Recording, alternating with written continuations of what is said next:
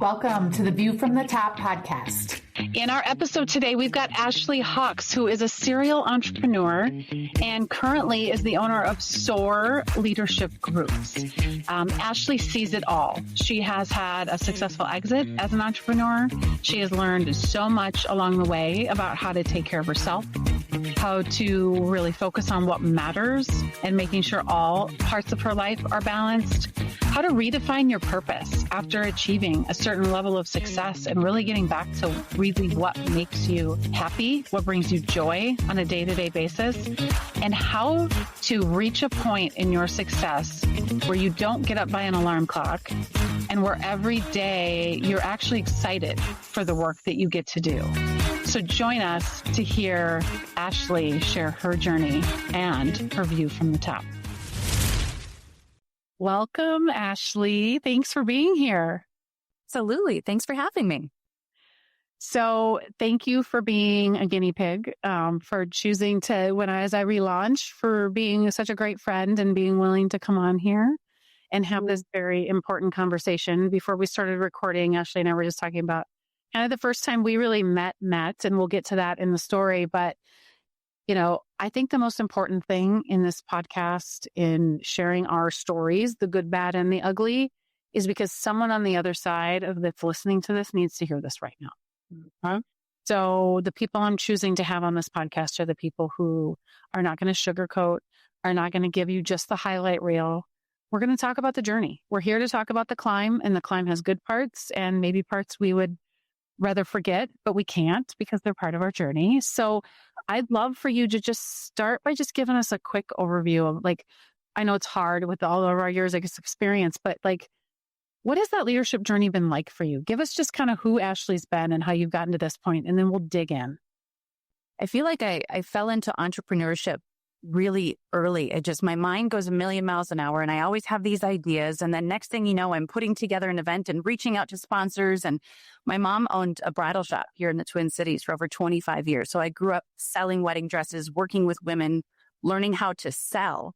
But through that, the wedding industry is so intertwined and it's so community focused. And I met wonderful people and, true Ashley fashion, I'm putting together different workshops on the weekends and bringing in, cake and photography sponsors. I would bring in a makeup artist because it's easier to sell a wedding dress when she's got a little makeup on. She feels good. And I started my first company when I was 22 because I saw a need. And actually where I really got started as an entrepreneur, I met these two guys in my 20s through the bridal shop, and they had this vision of how they wanted to revolutionize the wedding industry. And this is years ago. This is going to date myself, but this was before Instagram, before LinkedIn.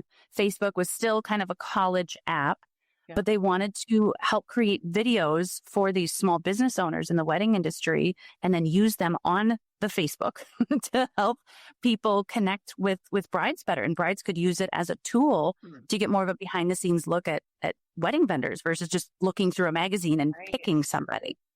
And I loved it. It was such a perfect place for me because it was in a community that I knew. It was a customer that I understood, and it was fun. I was using my gifts and I was doing something new. I was trailblazing all kinds of new ideas. Instagram came out. We were one of the first ones on Instagram, and learned a lot through that. Eventually sold the company to David's Bridal 10 years after we started it. It's so funny because there's a million things that happen in that window, but you're like, oh, started, sold it. Sounds easy. Wasn't. And served some time at David's. I was there about a year and a half, learned so much. I mean, that really opened my eyes to a whole different world. I'd never stepped foot in corporate before. Right. Loved it. Traveled, learned so much, built a great team, still got to do, my Forever Bride, but it was renamed and scaling it a little bit differently. And then decided to leave because I really wasn't in line with my superpowers, with my gifts, and was really reaching that burnout fast. And God, I wish it was something that we could say, oh, I learned so much from the top. I learned so much by reaching the top of the mountain. And really, for me, it was those really low days where you learn the most about yourself. And, I call it like pushing off from the bottom of the pool. Sometimes it sucks. like reaching that point gives you the opportunity to go, okay, which direction do we want to go? And what did I learn from this? And how do I not want to end up here again? So I started a company called SOAR in 2023. And SOAR, without being too dramatic, I feel like it saved my life. I remember just being on the floor of one of my friends' offices almost weekly, crying and just, I wasn't myself. I was going through some health issues, which I'm sure just made everything worse, because anybody that's had chronic health issues, when you're sick for months at a time without having a single day where you feel like yourself, it starts messing with your head. It does. Like you're so sick of feeling sick. And so between all those things, I couldn't remember who I was. I couldn't remember what kind of gifts I had. I couldn't remember what I was good at. I couldn't remember the last time I had fun, or I was silly, or I just didn't take myself too seriously. I was this version I did not love. And I remember he handed me a yellow legal pad and a pen and would run through these exercises of, tell me about the last time you laughed. Tell me about the last time that you were excited to go someplace. Anybody that's dealt with depression and anxiety, you know that like going to a place and getting ready and getting in your car, it can be one of the hardest things. Once you're there, usually it's a lot easier and it's fine, but getting there can be so hard. And so, I'm going through, when was the last time that I was excited to go to someplace? And what was that like? And what kind of conversations was I having? What kind of people do I like to be surrounded with? And did all these different exercises where we looked over this after a course of a couple hours, and I went, it's really clear what I need to do. Right. It's helping people build businesses. It's having fun while doing it. It's having real conversations. I'm so sick of the social media and, join my program and take $1,000 a day. And none of that is real, but it also is something that can be done alone, right? Sometimes in our low points, we stop reaching out for help. We feel like we don't want to be a burden on other people. And it's all backwards. So I started SOAR, and it's 2.5 years now. And it's been this incredible community of bringing good people together to grow. And this is why you popped into my head, right? When I was relaunching the podcast, and, I don't even know all the, deep details of your story, but I think it's really interesting how you reconnected to who you were. And I think this is a common story that you hear from really successful people. Because if I were to take your highlight reel, it would be early entrepreneur in their 20s, exit to a brand that we all know, right? So everyone else would sit around and go, wow, like she's successful. And you're at the top of that. And the stress piece is real. Like the amount of executives I know that have either sold a business or left a private equity or a really demanding corporate role, and then had serious health issues almost on coming out of that because they were running on adrenaline. And it is, the chronic stuff is there the whole time, and you're just ignoring it and not taking care of yourself. And so what's one thing that people may not know? People that know you, you are out there in the community because you do work with so many entrepreneurs and business leaders. What's one thing someone may not know about that client? It's like what you went through. You shared a lot there in the intro, but what's something that would maybe surprise people that see Ashley as like, she's got it all together? Oh, gosh. So I went through a program with Renee Rodriguez twice, actually. It's called Amplify. It's basically a 2-day program. It's very intense, where you kind of go through some moments of growing up. We're most formidable through like 9 to 13. So I'm raising kids around that age. I'm like, oh, there's a lot of pressure. Okay. Back in those years, and usually there's great people and there's difficult people, and there's some amazing situations and maybe some hard ones. And all of those things really shape who you are going to become, for the better and worse. So I went through this course, and you start by talking about some of your superpowers and some of the things that make you unique. What are you great at?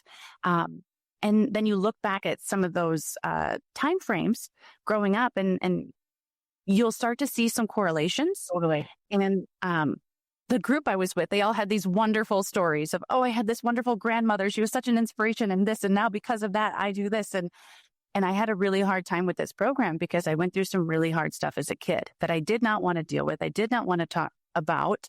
But what I learned was it directly impacted who I am and why I do what I do. And I was forced. I was like, I have to talk about this. I haven't talked about this in 30 years, but how beautiful that something so shitty. Yes. Where I felt alone. I felt nobody saw me. Nobody heard me. I felt so alone.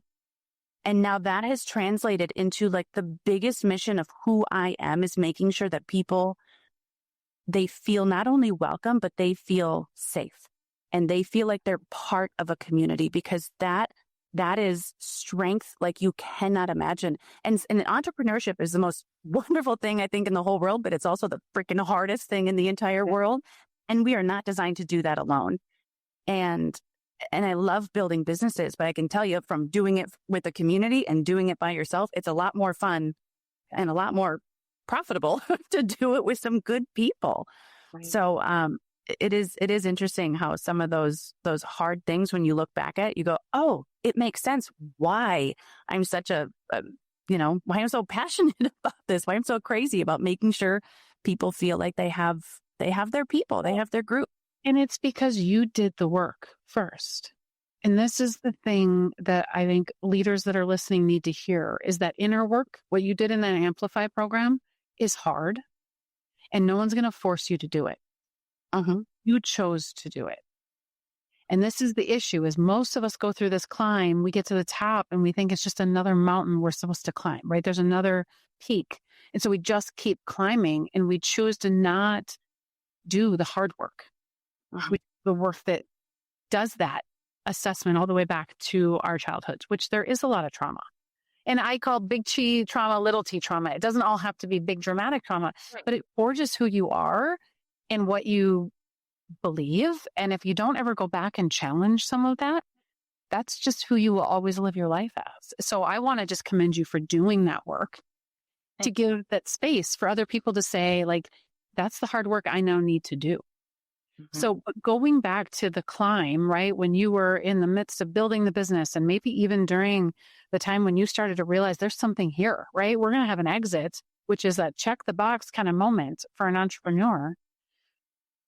Can you describe to us a time when everything on the outside, like if I was sitting watching the Ashley story, I was like, wow, look at what she's done. And on the inside, you were miserable, or you were like, nobody would believe this is what it actually feels like. I feel like I started building Forever Bride during this like girl boss era. I'm moving into a new office and I was going through some boxes and I had all these paintings. It's like, grind, hustle, girl boss, CEO, all these like cliche things. And it was, I don't know what we were thinking of telling ourselves that is so worthy to miss dinners every night. And I was back to work full time with my first baby at 6 weeks. And my second baby was 2 weeks old when I dropped him off at my mother-in-law's and went back to the office full time. Like, I don't know what in my mind told me that was the honorable thing to do. I almost prided myself on sitting there, every day being this, and inside it was killing me. I mean, I missed my son's first steps. Like stupid stuff like that still haunts me. And I try not to hold myself to that. But really, yeah, you're right. From the outside, everything looked great. And I was pushing myself way too hard. And again, when you don't have that close group of people that can really see you, and you're trying to keep up this outer shell all the time. And what happens is that shell starts to get harder and harder, where it becomes more difficult to finally go, hey, actually, the truth is I do need help, because everybody around you thinks that you're good and you don't want to let them down. And then that voice, I talk a lot about, like, this voice in your head. I sound crazy, but there's Ashley and then there's this other Ashley, and that voice will start to tell you and will get louder. Like, no. You don't want to bother them with your problems. And they're going to think this way of you, and that's going to get around, or you're going to lose clients, or you're going to lose credibility. Yep. And the truth is, when you let that voice go rampant for too long, it gets really hard to control. Right? Think of like a puppy. You let the puppy on the couch for the first couple of weeks or months of having a puppy, and then you change your mind and you go, no, puppy, you can't go on the couch anymore. And he's like, yeah, but I've been going on the couch for a couple of weeks. Like, you have to get control of that voice early on, I feel like, Was there a moment, I find for some successful people, right? They have this moment of just like, you had a realization something needs to change. Do you remember a moment? Was it a period of time? Like, what was that? It was kind of, I won't say breaking point, because I think you're breaking through, you're not breaking, like none of us are breaking, we're just breaking through to a level. But when did that happen, or what did that feel like for you when that was coming on? Oh God, I feel like I have like a dozen of different moments, and that'll get you those like brick to the face moments. And I remember those, and I'd be like, no, but I think I got this instead. Like we think that we're so in charge of this. I married this incredible man. We've been together for 20 some years. So over half my life I've been with this guy. And I think what happened is I started really taking him for granted, because he stepped up so much when I told him, I want to join this startup called Forever Bride. I really believe in it. I mean, he stepped up as far as housework and kids and just all the things so I could grind. Yeah. And what happened was we just started drifting apart so much, and I didn't notice. And all of a sudden one day, actually I was in a peer group. And I remember bringing up, because in the group, the style was you would, bring up an issue, and then we would talk about it. And I was like, well, I don't really have an issue to share. My business is doing great. Like, we're killing it. We met our goals for Q3 already. Like, we're hiring more people. But we're on the verge of separation, my husband and I. Uh-huh. And I remember everyone kind of like cocked their heads. We're like, well, but business is good, right? Like, yep. Business, like, it wasn't the place. And I just remember going, okay, so here I am in this peer group, the place that I'm trying to build relationships and trying to be real. And I had been very real and vulnerable with business issues.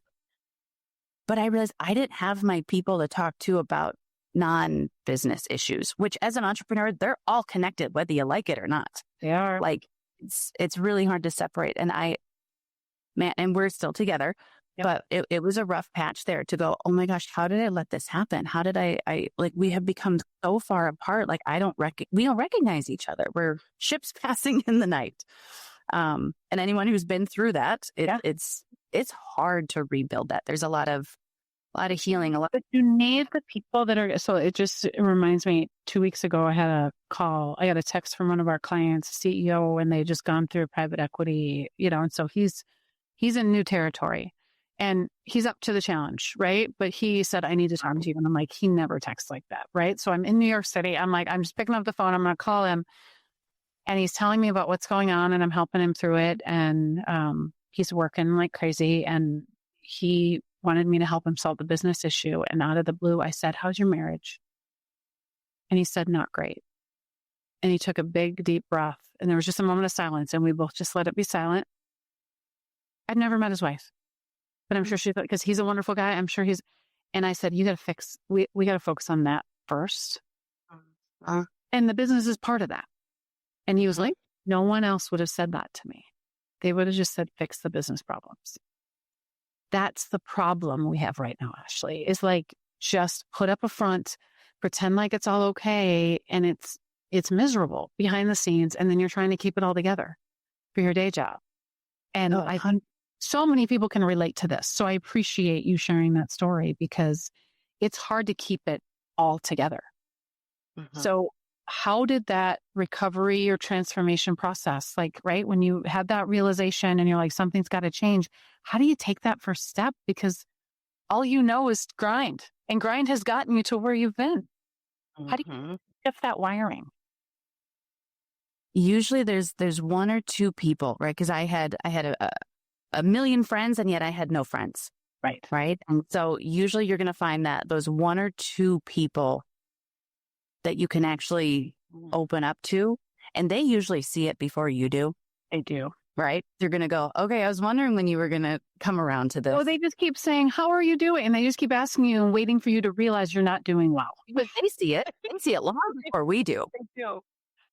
And again, it's that voice in our head that is such a liar that says like, you don't want to tell them about it. And then you do. And you're like, that was, they didn't mind at all. Like, right. So just overcoming that voice, I feel like, is step one. One of the interesting things that we do in our groups, and this is something that I had to learn through marriage counseling and, working, we've got a great church that we belong to, is kind of this like inside out mentality. And so, like, for example, with our peer groups, it's not about solving business issues. It's how do we help Ashley become the best version of Ashley. And then that best version is going to make better business decisions. That better version of Ashley is going to show up and speak to her husband differently. She's going to talk to her kids in a nicer tone. She's going to, talk to her employees in a different tone. So it starts with that first, versus I had this mentality years ago of, once everything is perfect around me, then I'll be nice to my husband, and then I'll have time to cook my kids' dinner, and then I will, plan a fun trip for all of the employees. Like I had this, and of course, anybody that always does that of like, oh, once we get here, then the marriage will be good, or once we get here, then I'll be able to take my kids on the trip, or then we'll be able to. It never happens. Like you have to have things great now internally. And it is a unstoppable, wonderful ripple effect that will start just oozing out of you. But again, it's that voice that tries to trick you and says, don't worry about it. Once everything is perfect, then you'll be happy. Then you can relax a little bit. I think that, yes, the voice. And the other thing I want to know if it happened for you, because we talk to a lot of leaders, is that voice is also driven at times by status and ego. You can really struggle to let go of a previous identity. So meaning I could never imagine not doing what I'm doing now, because I spent how many years climbing the ladder to become a CFO, and now I'm miserable as a CFO, but that's who I am. Like, how can I let that go? So did you have a moment, even when you sold your business, and right, again, success, everyone would say that's a huge success. How did your identity, how did you navigate that? It's exactly what happened. I felt like it was this Cinderella, like perfect story. Girl grew up in her mom's bridal shop and then sold her company to David's Bridal, and now is this, corporate executive. I mean, it was the dream job. It was the absolute dream job. I was working with all kinds of amazing people. I loved the CEO at the time, had just this beautiful vision for where he wanted to take the company. Like I was in my dream job, and yet you're right. Like it was not the right place for me. And for me to be able to step away from that top tier, like I don't know how to get any higher than David's Bridal in the wedding industry. But there was this really big moment that happened on the yellow legal pad where I went, oh my gosh, it's not the wedding industry. It was helping people. And I felt like I had lost sight of that small business. I had lost sight of having my community. I had been traveling around so much for that year and a half. I lost touch with all of these local business owners, with all these events. And, you think of how lucky we are to have, the Twin Cities Business and the Minneapolis St. Paul Business Journal and Teen Women. Like there's all these amazing organizations that are so supportive. And I'd lost touch with everybody.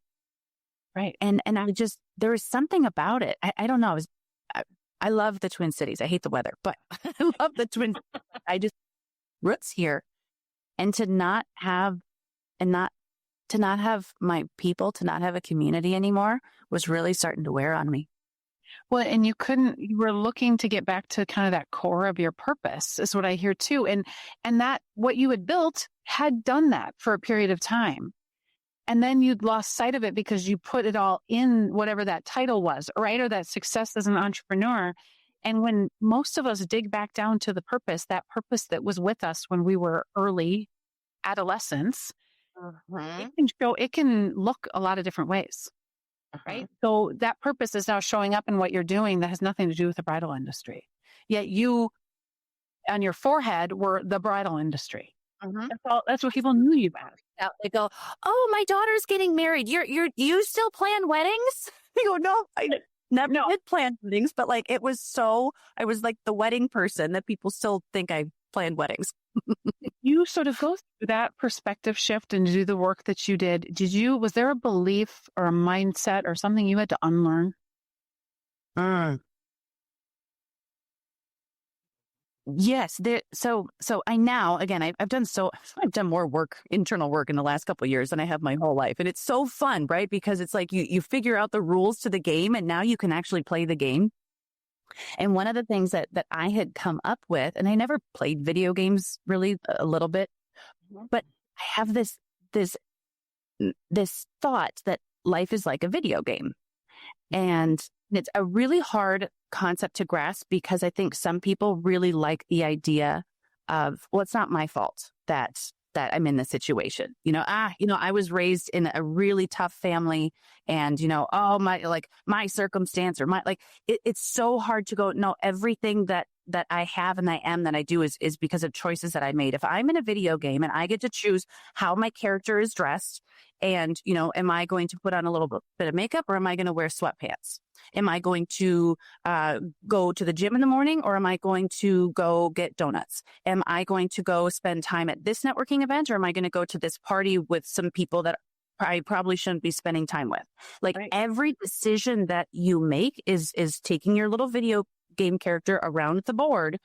And all of those choices affect your health and your bank account and your reputation and your heart, all of those things. And over time, it really impacts on where you're at, what level you're on. And so for me, it was just taking radical accountability for where I was, even my health, right? I mentioned I dealt with some stupid health issues for years. And it was like, okay, I'm taking full accountability for how far this has gone. And now it's up to me to fix it. Instead of just sitting and waiting for doctors and waiting for results and taking prescriptions, I got rid of all of that and started working with some natural doctors and going, what do I need to do? What do I need to change? What kind of lifestyle things? And I got a little crazy with it, but it worked. And I'm off everything and I'm the healthiest I've ever been in 40 years. Right. But it's that radical accountability and it is hard. It's really hard. It's hard. And when the world feels so out of control, there are things we control. There is more than we realize, I think, as leaders. And sometimes you can also find peace in those things, even if they're not the way you want them to be, but moving your body every day. I control that. I can't control what's in the daily news cycle. I can't control what comes out of the mouth of some of our, you can't control those things. But I can control how I fuel myself and what I do. Sometimes that certainty is like all I have some days as an entrepreneur, right? Is the things I can do for me. Control. So my son, there's a quote, any mother out here or parent knows the Dog Man books, but my little 9-year-old is obsessed with Dog Man. And there's a quote in one of the books he always says all the time. He goes, Mom, and in Dog Man, you can't control the wind, but you can adjust your sails. And I'm like, that's right, buddy. You can adjust your sails. There is everything around us. It does. It feels so overwhelming. And you could just, all of a sudden your heart can feel so heavy with what's going on in the world. But there are things that we can control. And that does give you, I don't want to say sense of purpose, but it does help ground you a little bit. It helps ground you. Ground is a great word to use. So let's think about Ashley when she was at David's Bridal, had her exit, then versus now. How has your definition of success changed? How would you define it? How do you think you defined it then, and how do you define it now? I think the biggest way I can define success for me right now is I don't use an alarm clock anymore. I mean, a little bit, right? There's some early mornings, but what I mean by that is my heart and my body are excited to get up out of bed and into my day. It doesn't feel like work. I don't think there's been a single day in the last 2.5 years that I did not look forward to my calendar, to all the meetings that I had, to the phone calls, to the events. There's never been a time where I'm like, oh, I've got this event tonight, this happy hour, and it's snowing out, and that hasn't happened. And it's this reminder of I'm where I'm supposed to be. This is fun again. Life is supposed to be fun. I really believe that this life is such a gift. And if I were to give you a gift, I would hope that you would use it and enjoy it and wear it and not go, oh, this is such a beautiful, perfect gift. And I'm going to put it in this drawer and never look at it ever again. I think God wants us to enjoy and have fun and building a business. It can be a little fun. We don't have to be that serious, and if you don't have to save it up and it's just for vacation. I think that energy thing, it really matters. What's one thing you value today that your past self maybe just didn't put as much importance on? I always dreamed, do you remember when Sex and the City came out years ago? And so I dropped out of college and started traveling the world with a different career. And because you're only living in a city for a couple months at a time, it was really hard to make long-term friends. I have a million friends, but no friends. And then I went right into building my business in this girl boss phase where I didn't give myself time to have quality relationships. I had a wonderful husband and I had great business partners and a million clients, but I had no girlfriends. And I always dreamed of having this like Sex in the City crew. I just thought that was so cool to have these women in your life that just, they love you and adore you and see you. And I feel like for the first time in my life, I have a handful of girlfriends. And we go to each other's work events and we hype each other up on LinkedIn. And like, when they receive an award, one of my girlfriends received an award last week and we were all there and dressed up and she's giving her speech and we're crying. And half the reason I'm crying is I'm going, I finally have taken the time to really invest in some quality female relationships. And I didn't realize how much I was missing that in my life. Yeah. This just joy. We can grind it out, but if it's really lonely at the top of the mountain. So for anybody who's like, I wonder what it's like at the top is very lonely. It can be. And especially when you don't know where you're going to go from there. So I want to get into, I think it's really important before we wrap, I want to get into actions because I think it's really easy for us to talk about all of this and for someone to think like, well, that's a different story than mine, right? Or this must not be hard for her still or that. What do you do day in and day out? You talked a little bit about the no alarm clock, but what are those 2 to 3 energy rituals, I would call them, right? That like help keep you grounded? Now. So I'm a little OCD, which I used to hate, but I feel like now I'm using it to my advantage a little bit. And I love, I walk around with notebooks and journals, but I have this thing called a goals journal and I've used it for about the last 3 years. And I get really clear. So this is the season I'm getting ready for my 2026 one. And I've got stickers and all kinds of cheesy things turned into like a 4th grader, but I put together my goals for the years. And then you break it down into your goals for the month. And then you even go down into your weekly goals and then down to your daily goals. And so every day I have a very clear set of things that I have to get done. And they're nothing crazy. Like I want to be up and out of bed every day by 7 a.m. I want to work out. I want to stretch, less than 30 minutes of Instagram per day and like flossing. I know that sounds so stupid, but like, yeah, right? Because it's like, it makes you feel good. And it's this routine. And so for me, it's doing the same things every day because most entrepreneurs, we're a little scatterbrained and we're all over the place. And so it forces me to have a little bit of control and consistency. And I feel great. And it doesn't have to be perfect. There's some days where I just, the only thing I remember to do is take my vitamins. Okay. just the only check mark I get. But having that consistency and having those really clear goals, because when you do have those shitty days and you're like, I got nothing done this week and today just didn't work out. And, because we all have those days, we don't sunshine every day. But then you can zoom out a little bit and go, hang on, but what's the bigger picture here? Like, I don't have to have a step forward every single day. The bigger picture is this, and I am still going in the right direction. Yeah. I have a really quick, because I'm not good at journaling. I have a really quick, it's called a 5-minute journal, but it's gratitude in the morning. And and then what would make today really great? And it's 3 things.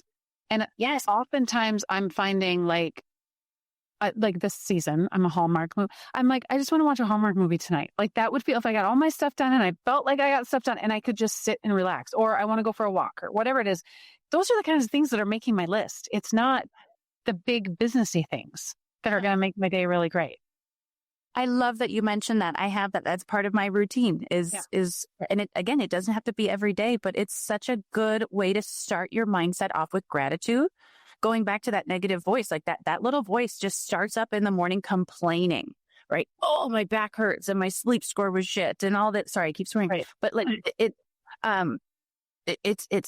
forces you to get really focused on positive and gratitude and tell that little voice to shut up for a little bit. Right. And because there is a lot of gratitude in small things. Mm-hmm. If you look back, I call it base camp. Before you decided to join Forever Bride, right, and go on this journey, is there something looking back that you wish someone had told you, right? That you now could tell that younger you? What would it be? So there's this term that I learned years ago, and I still try to do it, but it's ready, fire, aim. Right? Most people think it's like ready, aim, fire. And what would happen is my OCD, my perfectionism would prevent me from doing so much. And I look back, it's like, okay, if I knew things were going to work out, why was I so nervous to make that Instagram post? Why was I so, I did 14 versions of that YouTube video and then never hit publish because I didn't like my hair that day. And I was so hard on myself instead of just putting it out there. And that's what I would love to go back and tell her of stop nitpicking yourself. Just stay focused on the bigger goal instead of how perfect it is or did you have the right hashtags? Like I would nitpick everything. And again, the bigger I grow businesses and the more that I learn, the more I realize like none of that little stuff matters. It's go out there and do it and make adjustments and do it again. And just, it's better to be, I always tell my kids, done is better than perfect. Like my daughter will sit there and work on her homework and she'll just get stuck. And it's like, baby girl, we just need to get it done. It does not have to be perfect. A B is okay. I'm one of those parents. A B is okay. B is great because working towards an A, but it's 2 weeks late. And you're burnt out and now you don't like the class. So what, right? I mean, so let's relate this back to the leaders. My life. Leaders done. We have leaders listening right now, right? That need to hear done is better than perfect, or, they're burnt out. They feel stuck. That's something we're hearing a lot right now. Like I'm stuck, and I'm going to say something might be a little controversial. And sometimes people look at me weird, but I'm stuck in the life I created. Huh? I'm stuck in the title, in the salary, in the status, in all of the things. I'm stuck in it. Correct. Huh? What advice would you give somebody who's like, I'm recognizing through listening to these two talk that I'm stuck? Movement. And movement can be sometimes, like for me, when I was really in my low points, sometimes getting out of bed and going for a walk.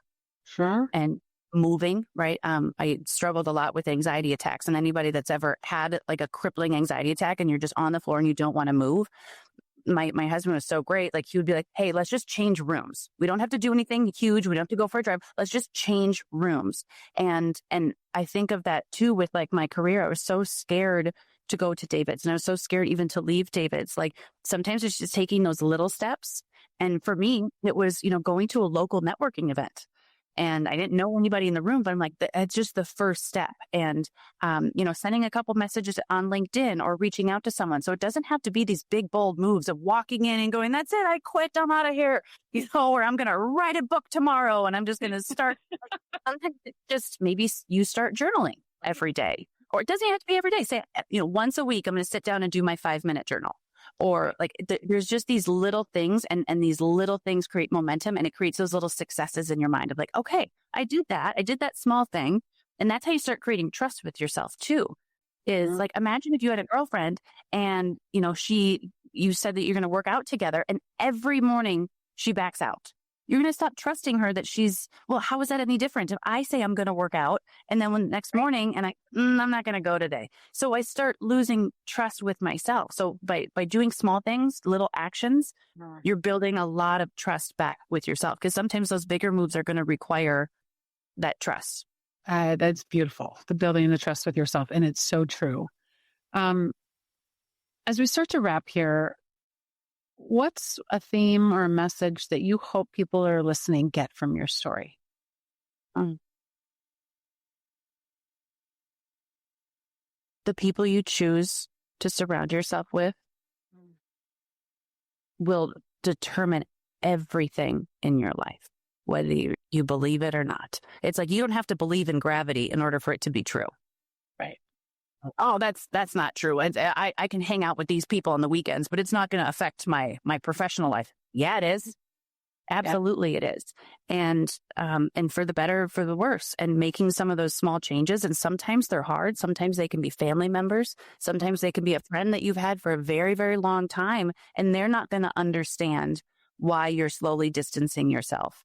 But again, that's one of the self-discipline is the highest form of self-love.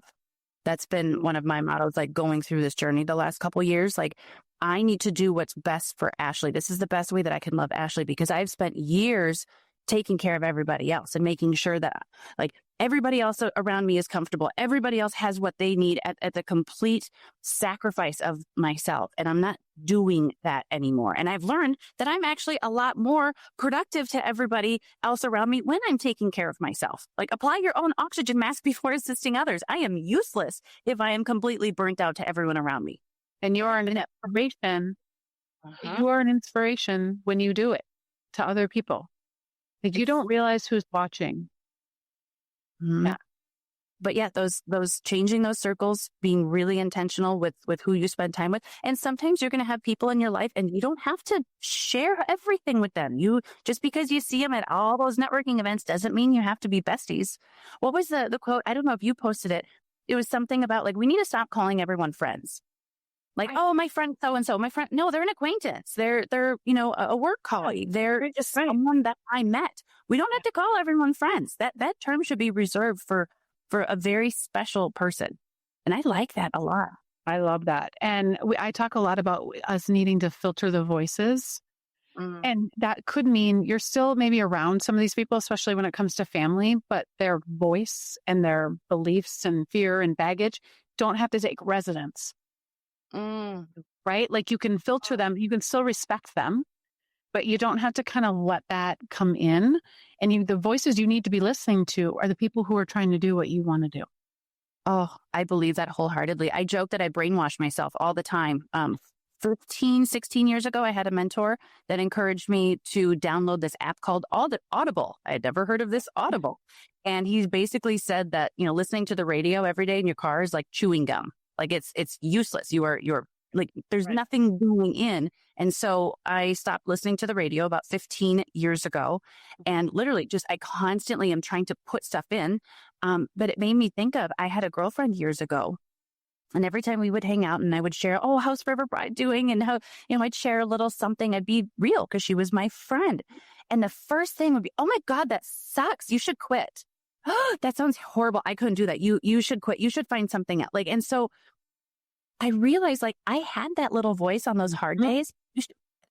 You should quit. That sounds terrible. I couldn't do that. I can't believe you put up with, you should quit. You can't quit. I own it. Like, but you're right. You can't have those little voices bouncing around in your head. You have to be so guarded.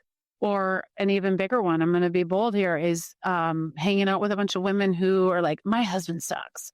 Or like, people do this. And it's like, I just show up and I'm like, no, my husband's fantastic. Like, I don't know what to share. I don't have a lot to share to this conversation because, like, we're all imperfect. But, then it starts questioning your relationships in your life.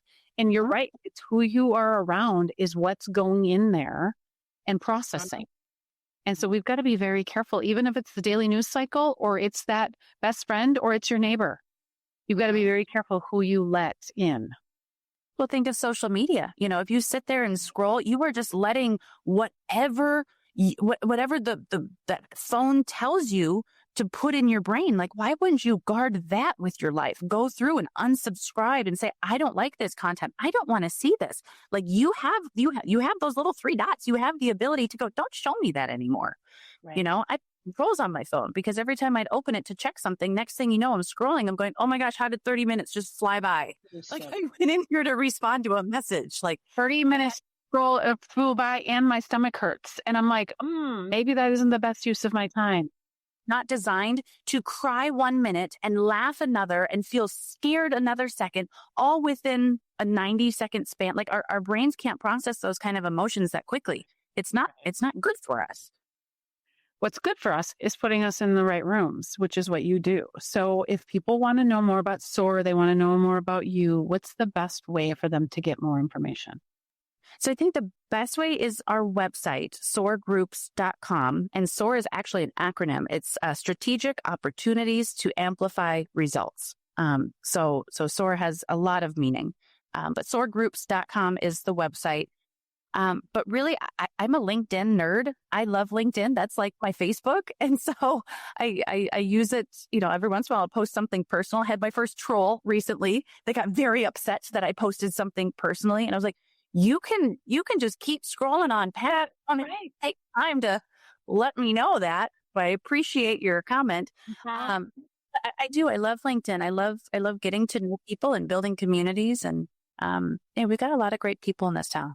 We do. And I'll make sure all of that's in the show notes for people that want to search that up if you're driving or running or whatever you do while you listen to your podcast, and put good in. Okay. So the bonus round. So I got a couple questions for you just to get to know you kind of a little more fun. What's your go-to song when you need to reset your energy? What's that hype song for you? The Higher Love by Whitney Houston and Kygo. Okay. Love that. And my husband hear it against me all the time. What's a book, podcast, something that you let in, right, that really changed your perspective? I'm reading a new book right now called The Energy Bus. It was a gift, and it's one of those like fake stories, and it starts out, a guy's car breaks down, so he has to take the bus. And wouldn't you know, the bus driver is this wonderful person. And you're reading it, you're like, yeah. Okay, I know how this is going to go. But it was a gift, so I felt like I should finish it. And I'm almost done with it going, oh, this was way better than what I was expecting. Some of those books, they start out really easy, like this is a typical bit strategy. No, it was really good. So I haven't. No, it's cute. And it's all about owning your own energy and being responsible for how you're showing up and how you're getting everybody else excited too. I love that. If I could give you a billboard and you could put a message on it for every executive to see, what would it say? Oh, I love that.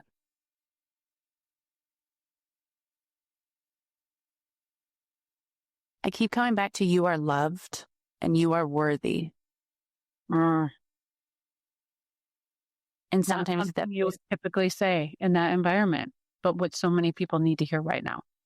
Mm-hmm. The worthy thing is something that I've been learning to hold on to. And it's funny how many times that can show up even in business of like, oh, I don't know if I should do that, or I don't know if it's too bold of a this, but having good people around you that can remind you of, no, you got this. Like you absolutely are worthy of that promotion. You are worthy. Somebody shared, this month has been fun. Everybody's sharing, upcoming events that they're doing for Christmas. And a lot of our members had a great year. And so they're sharing, we're taking the family to Hawaii, or we're doing this. And it's funny how at first they're hesitant to share, like, oh, we got a new car. It's and I was like, good for you, man. Like, oh yeah, it is. Because you can tell that they've been guarded sharing that good news with people because it must be nice. Oh, you got another new car. Oh, you're taking Hawaii. Hawaii must be. And they're finally in a room where people aren't looking, it's not bragging you're in the right room. And it's so cool to see these people like, oh yeah, I am in a room where I can share my good news, and I can share like I am. It is okay to share those wins when you're with the right people. That is a beautiful place to end this conversation. Is the theme you've had throughout here is you have to put yourself in the right rooms. You got to pay attention to who you're surrounding yourself with. Whether you're at the top of the mountain or you're climbing the mountain, it matters. Mm-hmm. It matters to what your success and your outlook is going to be when you get to the top. So I want to say thank you again to you for taking a chance on me on the kind of relaunch of this podcast and the stories I want to tell. And yours is a perfect one. And I appreciate you being so open and sharing so vulnerably, because I know it's going to impact somebody on the other side. I hope so. Thank you. This has been really fun. You're a wonderful host.